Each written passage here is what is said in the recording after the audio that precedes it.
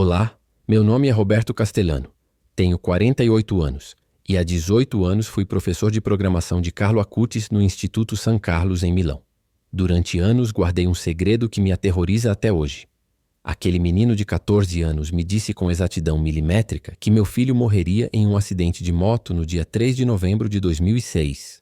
Ele me disse a hora. 11h47 da noite. Me disse o lugar. Via Padova, esquina com a Via Ponte Seveso. E me disse algo ainda mais impossível. Ele não vai morrer, professor Roberto. Ele vai viver e esse acidente o salvará de algo pior que a morte. Eu ri na cara dele. Eu era ateu. Sou doutor em Ciências da Computação pela Universidade de Turim. Escrevi 3 livros sobre inteligência artificial. Para mim, Deus era um algoritmo inventado por mentes primitivas para explicar o inexplicável. Mas quando chegou o dia 3 de novembro de 2006, quando recebi a ligação do Hospital Niguarda às 11h52 da noite, quando corri pelos corredores com cheiro de desinfetante e vi meu filho Diego, de 19 anos, naquela maca com o capacete destroçado ao seu lado, quando o médico me mostrou as radiografias do crânio fraturado e me disse: seu filho deveria estar morto. Isto é medicamente impossível. Eu caí de joelhos e não foi por alívio. Foi porque me lembrei de cada palavra que Carlo havia me dito 47 dias antes, na sala de informática, com aquele sorriso tranquilo que ele tinha, com aqueles olhos castanhos que pareciam ver além do presente. Mas isso não foi o mais assustador. O mais assustador foi o que encontramos 72 horas depois no armário de Diego, quando ele acordou do coma. 340 de cocaína pura dividida em saquinhos para venda.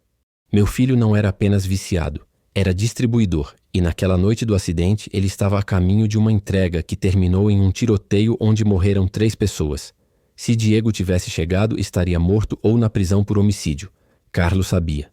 Carlo me disse e eu não acreditei porque sou um homem da ciência. Mas hoje, 18 anos depois, vou te contar toda a verdade sobre esses 3 meses que passei com o beato Carlo Acutis.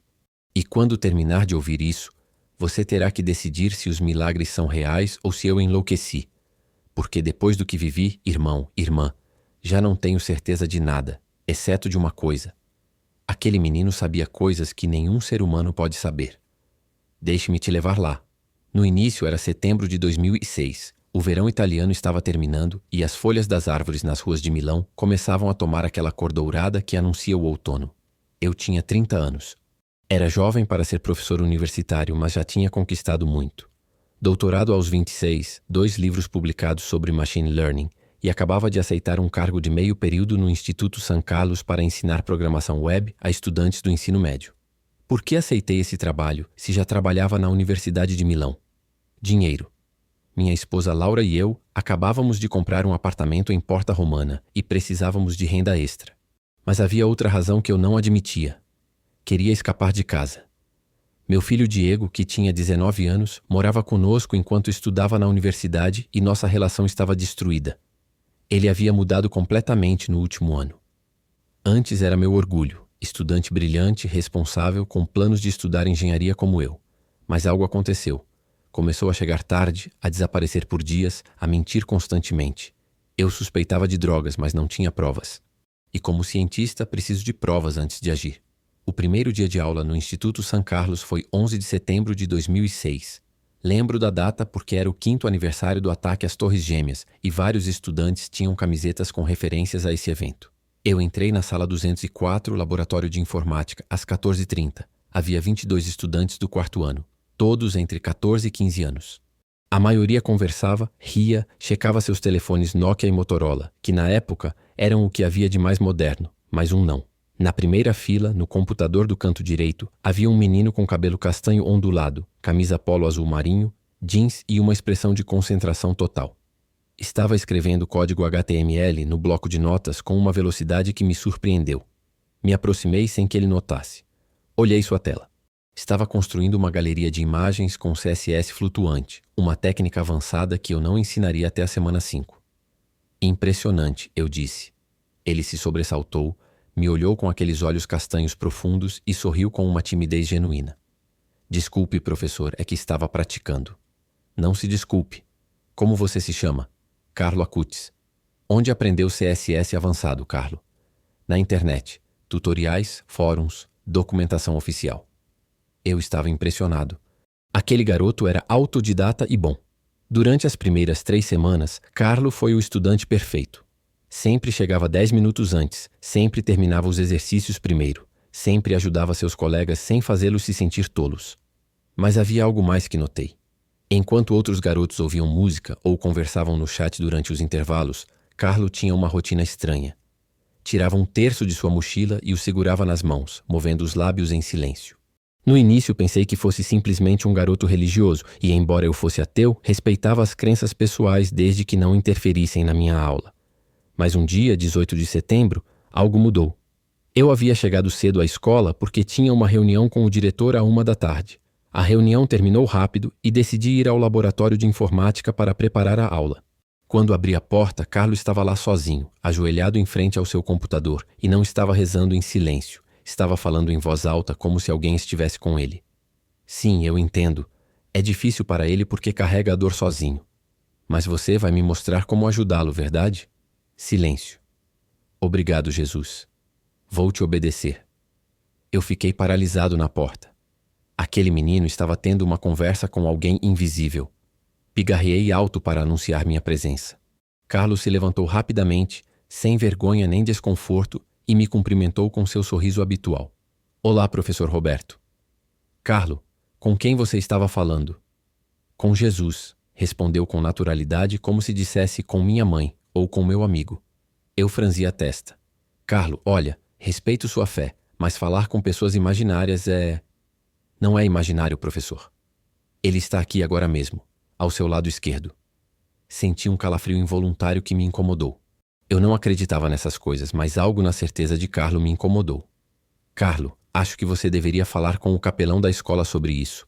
Talvez esteja sendo difícil diferenciar entre realidade e fantasia, completou ele minha frase. Não, professor. Sei exatamente o que é real. Por exemplo, sei que o senhor está passando por algo muito difícil em casa, algo que o está destruindo por dentro. Mas não pode contar a ninguém porque o senhor construiu toda a sua identidade sobre ser o cientista racional que tem todas as respostas. Meu coração começou a bater mais rápido. O que você disse? Seu filho Diego está com problemas, não é? O ar saiu dos meus pulmões. Eu nunca havia mencionado o Diego na escola. Nunca falava da minha vida pessoal. Como Carlo sabia? Como sabia o nome dele? Carlo, quem te contou isso? Minha voz soava tensa, quase agressiva. Ele me olhou com aqueles olhos que pareciam conter mais sabedoria do que um menino de 14 anos deveria ter. Ninguém me contou, professor.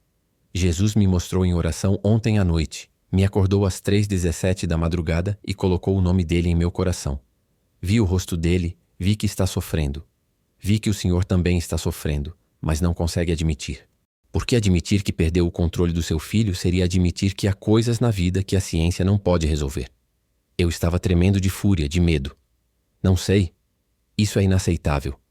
Não sei como você obteve informações sobre minha vida privada, se hackeou meu e-mail ou me seguiu, ou que diabos você fez, mas isso acaba agora. Carlo não se abalou, tirou seu caderno da mochila, arrancou uma folha e escreveu algo rapidamente. Estendeu-a para mim. Professor Roberto, não fiz nada disso, mas entendo que não acredite em mim, por isso escrevi isto. Por favor, guarde. Não abra até o dia 4 de novembro. Nesse dia vai precisar disto. Peguei o papel dobrado. Não sei por quê. Talvez por curiosidade científica, talvez porque uma parte de mim queria provar que aquele garoto estava louco. Agora, por favor, saia da minha aula. Naquela noite não consegui dormir. O papel dobrado estava na minha mesa me chamando. O que Carlo tinha escrito? A curiosidade me matava, mas algo me impedia de abri-lo. Às 2 da madrugada ouvi a porta da frente abrir. Diego tinha chegado. Ouvi seus passos tropeçando, batendo nos móveis.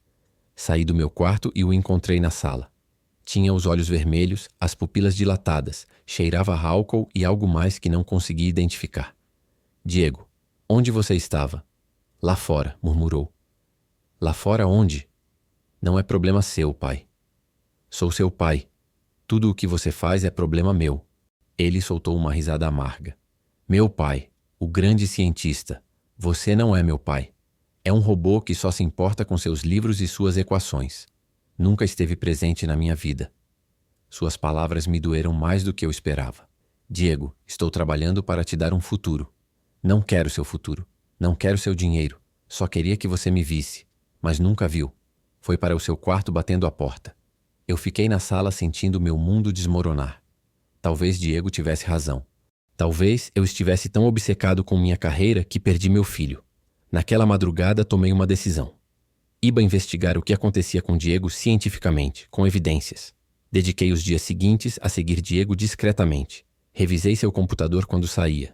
Encontrei conversas no MSN Messenger com pessoas que usavam apelidos estranhos. O Magro, Serpente, Tigre. Falavam em código, mas era óbvio do que se tratava. Tem a mercadoria? Sim, 200 gramas limpos. Perfeito. Entrega na sexta-feira no lugar de sempre. Meu coração afundou. Meu filho estava vendendo drogas. Não apenas consumindo, vendendo. Na sexta-feira, 22 de setembro, eu o segui. Ele pegou sua moto Yamaha e saiu às 10 da noite. Eu o segui no meu carro mantendo distância. Chegou a um bar na Via Padova, uma zona perigosa de Milão, conhecida por tráfico de drogas e prostituição. Vi como entrava, como saía 15 minutos depois com uma mochila mais pesada. Vi como entregava a mochila a outro homem em um beco. Vi como recebia um envelope grosso, dinheiro. Meu filho era um criminoso. Eu, Roberto Castellano, doutor em ciências da computação, professor universitário, autor de livros sobre ética digital, havia criado um traficante de drogas. A ironia me destruiu. Naquela noite chorei pela primeira vez em 10 anos, e então lembrei das palavras de Carlo. Seu filho está com problemas. Como ele sabia? Como sabia? Como sabia?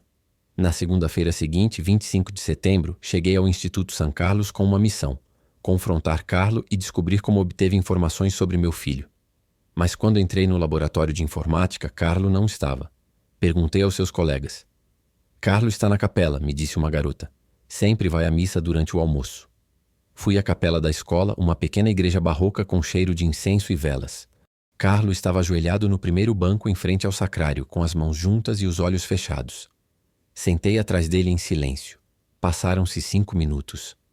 10. 15. Ele não se movia.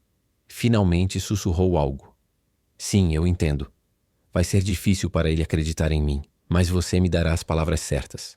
Ele se levantou, virou-se e não mostrou nenhuma surpresa ao me ver. Olá, professor Roberto. Sabia que viria. Carlo, precisamos conversar. Eu sei. Quer fazer isso aqui ou no laboratório? Aqui está bem. Sentei no banco e ele se sentou ao meu lado. Por um momento não disse nada, buscando as palavras certas. Finalmente segui meu filho na sexta-feira. Você tem razão. Ele está vendendo drogas. Como você soube? Carlo me olhou com aqueles olhos profundos. Já lhe disse, professor. Jesus me mostrou. Isso não é uma resposta, disse com frustração. Para mim é, respondeu ele com calma. Olhe, professor Roberto. Entendo que para o senhor isso seja impossível de aceitar. O senhor é um homem da ciência. Precisa de explicações lógicas, causais, reprodutíveis, mas há coisas neste universo que a ciência ainda não pode medir. Isso não as torna menos reais. Então me dê provas. Me dê algo que eu possa verificar. Carlo fechou os olhos por um momento, como se estivesse ouvindo algo. Depois abriu os olhos e disse: Diego vai ter um acidente de moto. No dia 3 de novembro de 2006, às 11h47 da noite na Via Padova, esquina com a Via Ponte Seveso, vai bater contra um carro Fiat Punto Azul que avança o sinal vermelho. Seu capacete vai quebrar, vai sofrer fratura de crânio, 3 costelas quebradas e colapso pulmonar. Os médicos vão dizer que ele deveria estar morto, mas não vai morrer. Vai entrar em coma e acordar 3 dias depois, no dia 6 de novembro, às 9h14 da manhã. E quando acordar, o senhor vai descobrir por que esse acidente foi uma bênção.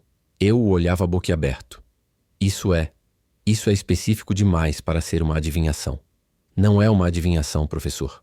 É uma profecia. E tem mais. Quando os médicos revisarem os pertences de Diego no hospital, vão encontrar 340 caras de cocaína pura escondida no compartimento secreto da sua mochila. Drogas que ele ia entregar naquela noite em uma transação que terminou em um tiroteio. 3 pessoas morreram nesse tiroteio. Matteo Ricci, 24 anos, o comprador. Franco Neri, 28 anos, seu guarda-costas. E Luca Fontana, 31 anos, um policial disfarçado. Se Diego tivesse chegado a tempo, estaria morto também ou na prisão por assassinato múltiplo. Mas o acidente o salvou. Deus o salvou. E o salvou porque eu orei por ele. Levo 3 semanas rezando 3 terços completos todos os dias pelo Diego e vou continuar rezando até que ele acorde do coma. As lágrimas começaram a rolar pelo meu rosto sem permissão.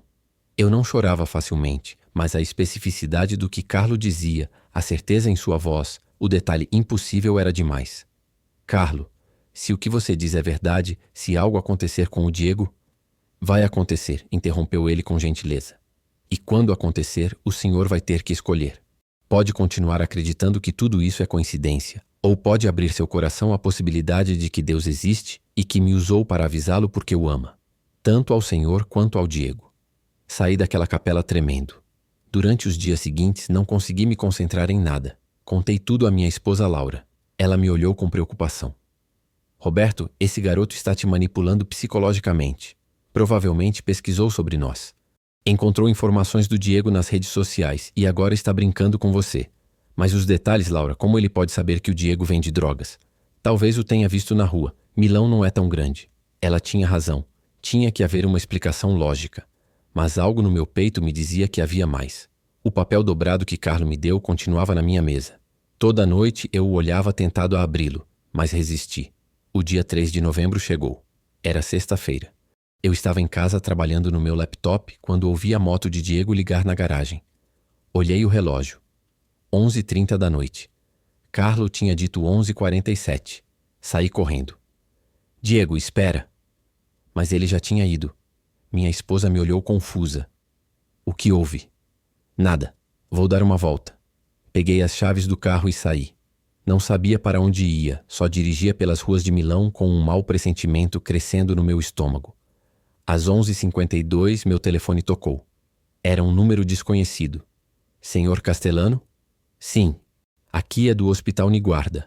Seu filho Diego sofreu um acidente. Por favor, venha imediatamente. Dirigi como louco pelas ruas molhadas de Milão. A chuva tinha começado a cair forte. Cheguei ao Hospital Niguarda às 12h17 da noite. Corri pelos corredores brancos com cheiro de desinfetante até a sala de emergências. Um médico com o jaleco manchado de sangue me interceptou.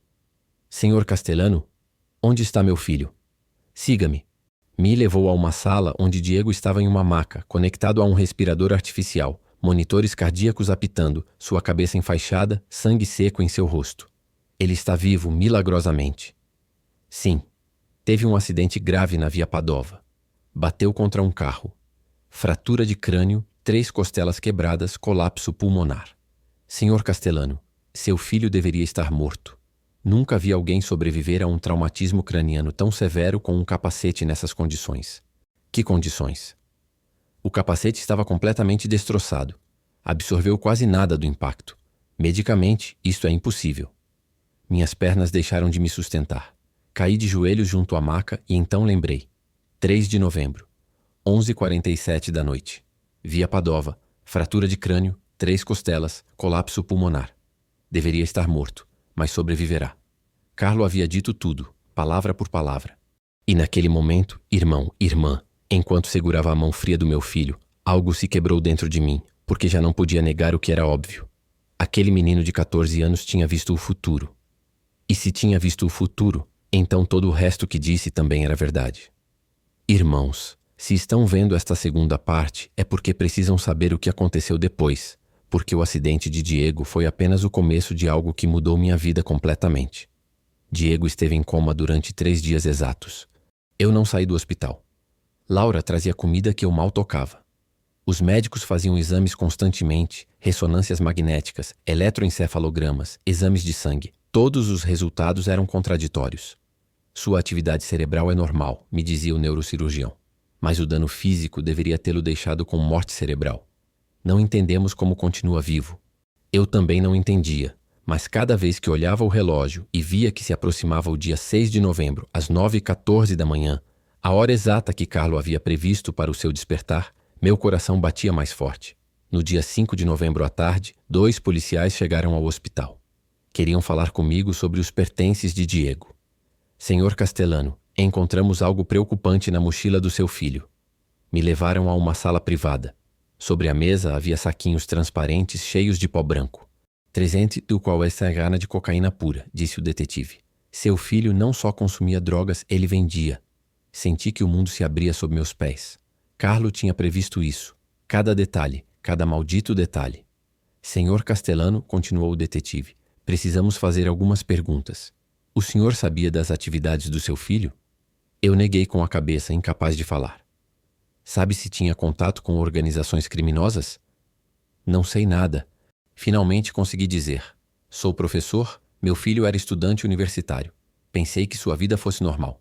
O detetive suspirou. Senhor Castellano, seu filho estava envolvido com uma rede de distribuição séria. Naquela noite do acidente, ia a caminho de uma entrega na Via Padova. A entrega foi realizada sem ele e terminou em um tiroteio. 3 pessoas morreram. Matteo Ricci, Franco Neri e um agente disfarçado, Luca Fontana. Se seu filho tivesse chegado a tempo, estaria morto ou preso por homicídio múltiplo. Aqueles nomes, aqueles exatos nomes que Carlo me havia dito na capela. Felizmente para Diego, continuou o detetive. O acidente o salvou de estar presente. Tecnicamente não pode ser acusado do tiroteio porque estava inconsciente naquele momento. Mas quando acordar, teremos que interrogá-lo sobre sua conexão com a rede. Quando saíram, eu fiquei sozinho naquela sala fria do hospital. Peguei meu telefone e disquei um número que nunca pensei discar, o do Instituto São Carlos. Preciso falar com Carlo Acutis. É urgente. Me disseram que Carlo estava em aula, mas que lhe passariam a mensagem. 2 horas depois, Carlo chegou ao hospital com sua mãe, Antônia Salzano, uma mulher elegante de uns 40 anos com olhos preocupados. Professor Roberto, disse Carlo com aquela calma que sempre tinha. Como está o Diego? Em coma. Tal como você disse, o acidente aconteceu exatamente como você disse. As drogas estavam exatamente onde você disse. Os nomes das vítimas do tiroteio são exatamente os que você mencionou. Carlo, como? Como você sabia tudo isso? Ele me olhou com compaixão. Já lhe disse, professor. Jesus me mostrou. Mas isso é impossível. Eu sou cientista. Dediquei minha vida a estudar a realidade, e a realidade não funciona assim. As pessoas não podem ver o futuro. As orações não mudam eventos físicos. Deus não. Deus não. Minha voz falhou. Carlos se sentou ao meu lado e pôs sua mão no meu ombro. Professor Roberto, o senhor dedicou sua vida a estudar parte da realidade, a parte que se pode medir com instrumentos, mas há outra dimensão que seus instrumentos não detectam. E nessa dimensão Deus existe, trabalha, ama e salva o Diego, o Senhor, todos nós. Por quê? Sussurrei. Por que Deus faria isso pelo meu filho? Porque o ama. E porque o Senhor precisava ver para crer. No dia 6 de novembro, às 9 da manhã, eu estava junto à cama de Diego. Laura também.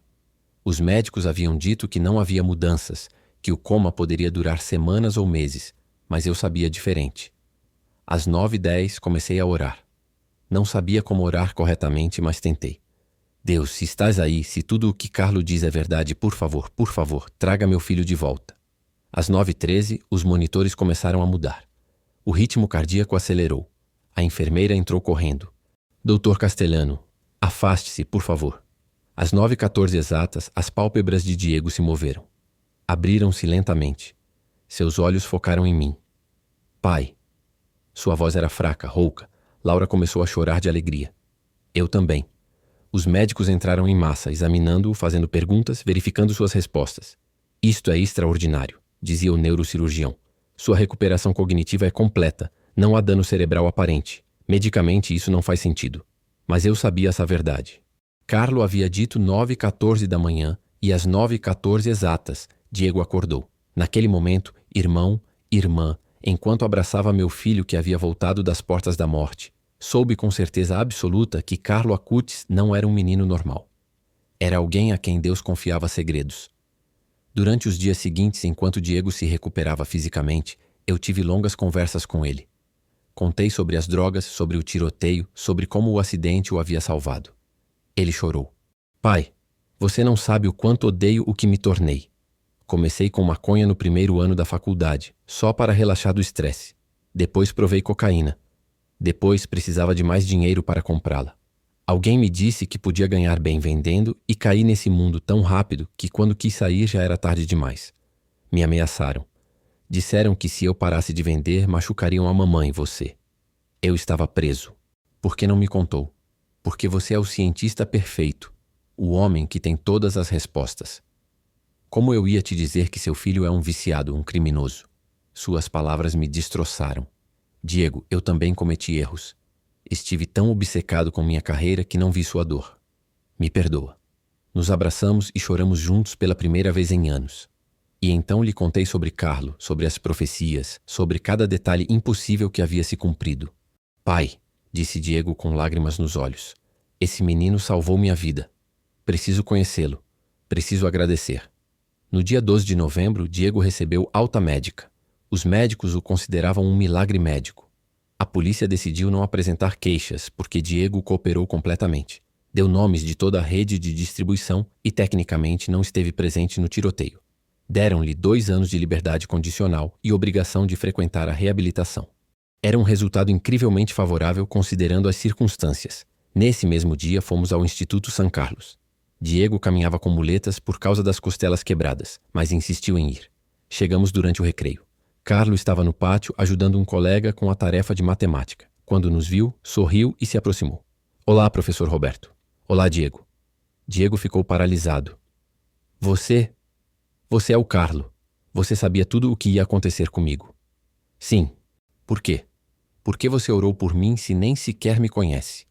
Carlo o olhou com aqueles olhos profundos. Porque Jesus me pediu que fizesse isso.